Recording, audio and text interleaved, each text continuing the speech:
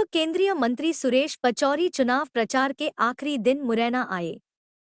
उन्होंने ब्राह्मणों के वोट साधने के लिए एक बैठक सिद्धार्थ होटल में आयोजित की, जिसमें उन्होंने भाजपा के लिए वोट अपील की। वहीं 2 बार सांसद रहीं रीति पाठक, जो कि सीधी से आई थी, उन्होंने भी भाजपा को वोट देने की अपील ब्राह्मणजनों की बैठक में कही। जिन्होंने नरेंद्र मोदी के साथ कंधे से कंधा मिलाकर चलने के लिए स्वयं को संकल्पित किया है और अपने साथ चल रहे उन हजारों युवाओं को भी संकल्प लेने की प्रेरणा दी है। ऐसे हम सभी के मार्गदर्शक सम्मानीय सुरेश पचौरी अपने आप को संकल्पित कर रहे हैं। ऐसे में आपसे आपके मत का जो अधिकार है उसको याद दिलाने का अवसर मिल रहा है। ये मेरा सौभाग्य है। मैं ईश्वर को धन्यवाद करती हूँ। आप तो किसी के भी हाथ में जैसे ये बटन दबेगी 1000 योजनाएं आपके समक्ष निकलकर प्रस्तुत हो जाएंगी। लेकिन मैं ये जरूर कहना चाहती हूँ, मैं ये याद दिलाना चाहती हूँ, शिवमंगल सिंह तोमर के नाम के एक व्यक्ति जो हमारे प्रत्याशी हो सकते हैं, लेकिन मुझे पता है और आप सबको ये पता है कि आज हमारा उद्देश्य राष्ट्रहित के लिए है और ऐसे नेता को वापस लाने के लिए है जिसका उद्देश्य अपने आप को समर्पित भाव से भारत माता की कर्ज उतारने के लिए अग्रसर हमें साथ देना है। हो सकता है कि मेरी बातों में या शब्दों में अतिशयोक्ति लगे, लेकिन कई ऐसी बातें, कई ऐसी घटनाएं, कई ऐसी कहानियां आप जब पीछे जाएंगे और अनुभव करेंगे कि कितने बड़े संतों की भविष्यवाणियां इस व्यक्ति के पीछे लगी हैं, तब वो जाकर आज परिणित हो रही है। आज जिस स्तर पर हमारा देश पहुंच चुका है, विश्व गुरु के राह पर हमारा देश पहुंच चुका है, हमारे देश की यश कीर्ति सम्मान जब बढ़ी है तो निश्चित रूप से देशवासियों की भी यश कीर्ति सम्मान में कहीं कोई कमी नहीं आई।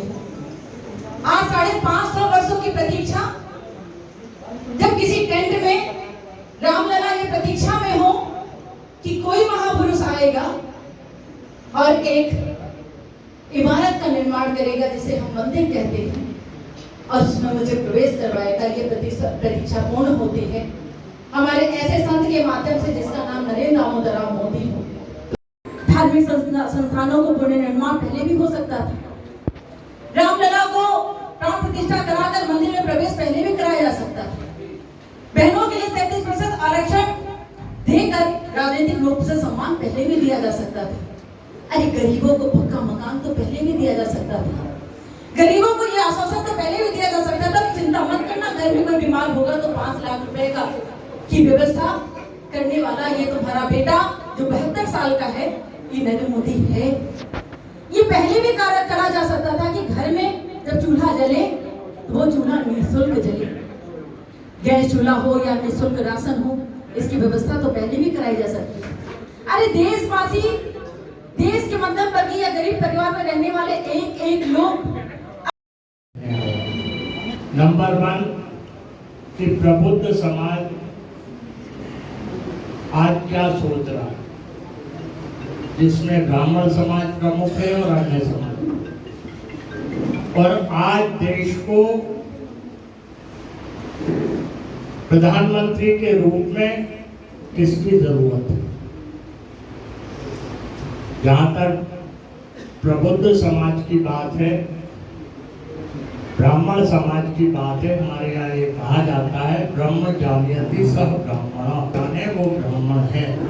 अब ब्राह्मण कौन है या ब्राह्मणत्व क्या है? जो सबको सन्मार्ग दिखाए, शिक्षित करे, संस्कार दिखाए और सनातन परंपरा का ज्ञान दे। ब्राह्मण आशीर्वाद दाता है। ब्राह्मण सुख और दुख में लोगों के साथ खड़ा रहता है तो उसमें भी, और किसी के यहाँ दुख का कार्यक्रम है तो कर्मकांड के रूप में, तो भेदभाव नहीं करता। इसलिए ब्राह्मण को ये माना जाता है कि वो आशीर्वाद दाता है। हम कोई समाज की बात यहाँ करने नहीं आए, हम देश की बात करने आए। जो रीति जी ने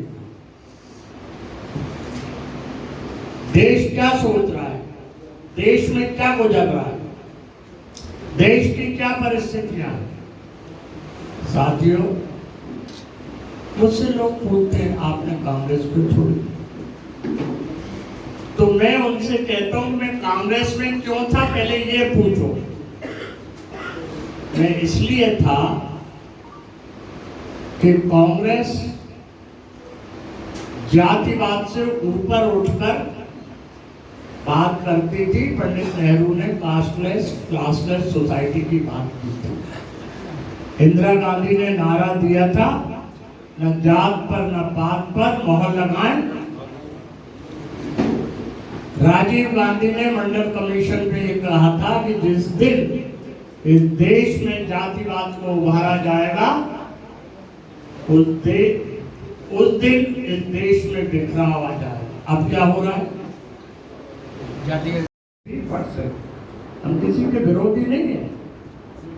आप कह रहे हो 50% से ऊपर आरक्षण की बात, अरे सुप्रीम कोर्ट ने नहीं माना, आपके कहने से क्या होगा? बाकी लोग कहां जाए? अब कह रहे हो कि पूरे हिंदुस्तान में सरकार में 3 एक वर्ग के सेक्रेटरी हैं। मैं पर्सनल मिनिस्ट्री में रहा हूं जब IAS IPS की पोस्टिंग। एंट्री पॉइंट क्या होता है? सेक्शन ऑफिसर, अंडर सेक्रेटरी, फिर बनते हैं director, joint secretary, additional secretary, retire हो गए। अब अगर उनसे पूछोगे कांग्रेस के जमाने में कितने थे, क्या जवाब दोगे? अब उनसे पूछो तेलंगाना और हरियाणा में कितने हैं प्रिंसिपल सेक्रेटरी, क्या जवाब दोगे? ये कोई बात है? मुझसे जब लोगों ने कहा आपने क्यों लिया ये, मैंने कहा कि मैंने किसी पद की चाह में नहीं लिया। मुझे कुछ नहीं चाहिए, मुझे जितना मिल रहा था बहुत मिल गया। मैं तो सामान्य ब्राह्मण परिवार का व्यक्ति, बहुत मैं संतुष्ट हूं। लेकिन जो राजनीतिक निर्णय अभी कांग्रेस में हो रहे हैं, राजनीतिक निर्णय क्या हो रहा है? हम सेना की वीरता पे सवाल उठा रहे हैं कि सर्जिकल स्ट्राइक पर प्रूफ दो। कल पुंछ में हमला हुआ, आतंकवादियों ने हमारे वीर सैनिकों पर हमला किया, उसमें एक मौत का शिकार हो गया। हम उनकी शौर्यता पर सवालिया निशान उठाते हैं। हमारी बहन जी प्राण प्रतिष्ठा समारोह की बात कर रहे भैया, भगवान श्री राम सबके आराध्य देव, उन्हें हम भी मानते हैं, आप भी मानते हैं और पूरे देशवासी मानते हैं। फिर उनके प्राण प्रतिष्ठा के आयोजन में जाने में दिक्कत क्या थी?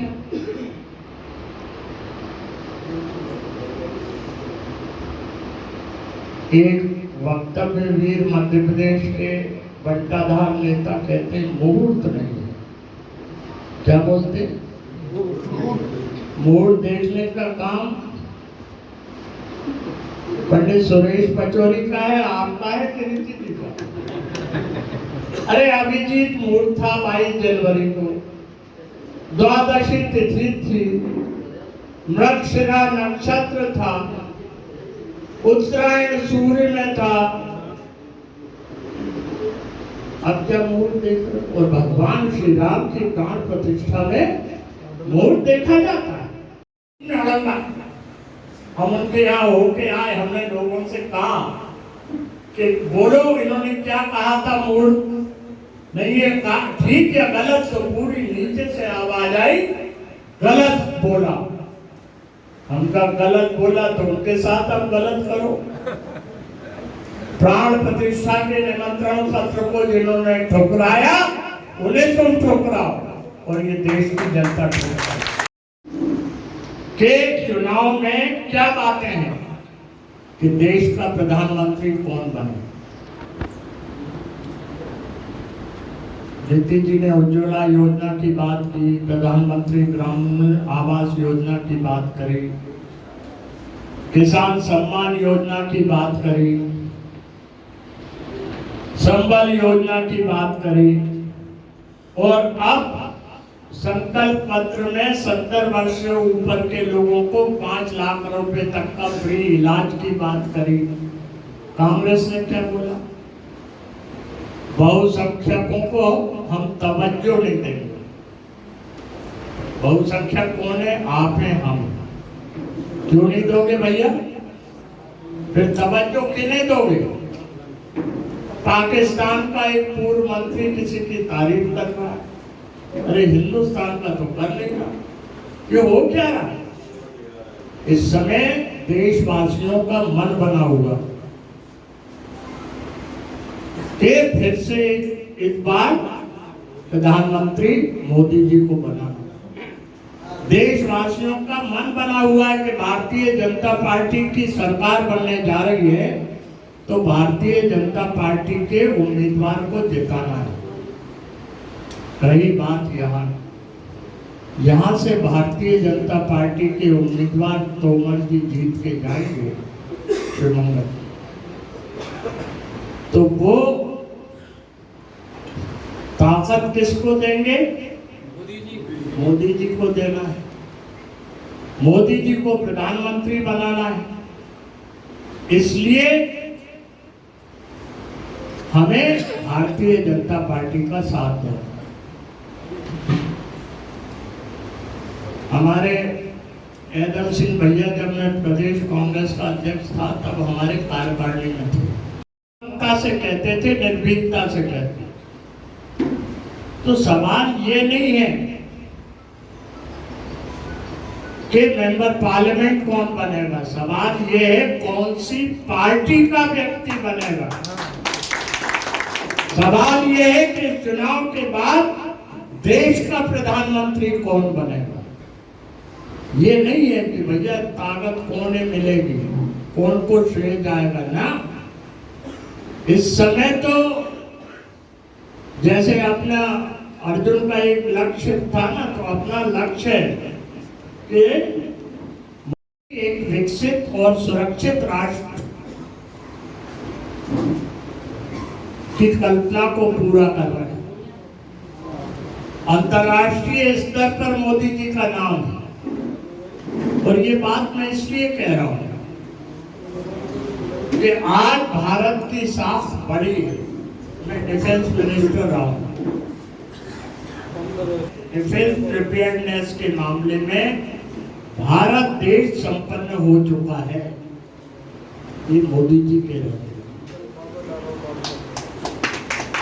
तो कोई छोटी मोटी बात नहीं है कि हम उलझ जाएं सुमावली में, हम उलझ जाएं अंबा में, मुरैना में। हमको देश देखना और ये सुनिश्चित करना है कि देश की बागडोर मजबूत हाथों में रहे। कल भोपाल में एक और उनका एक सिंपोजियम था।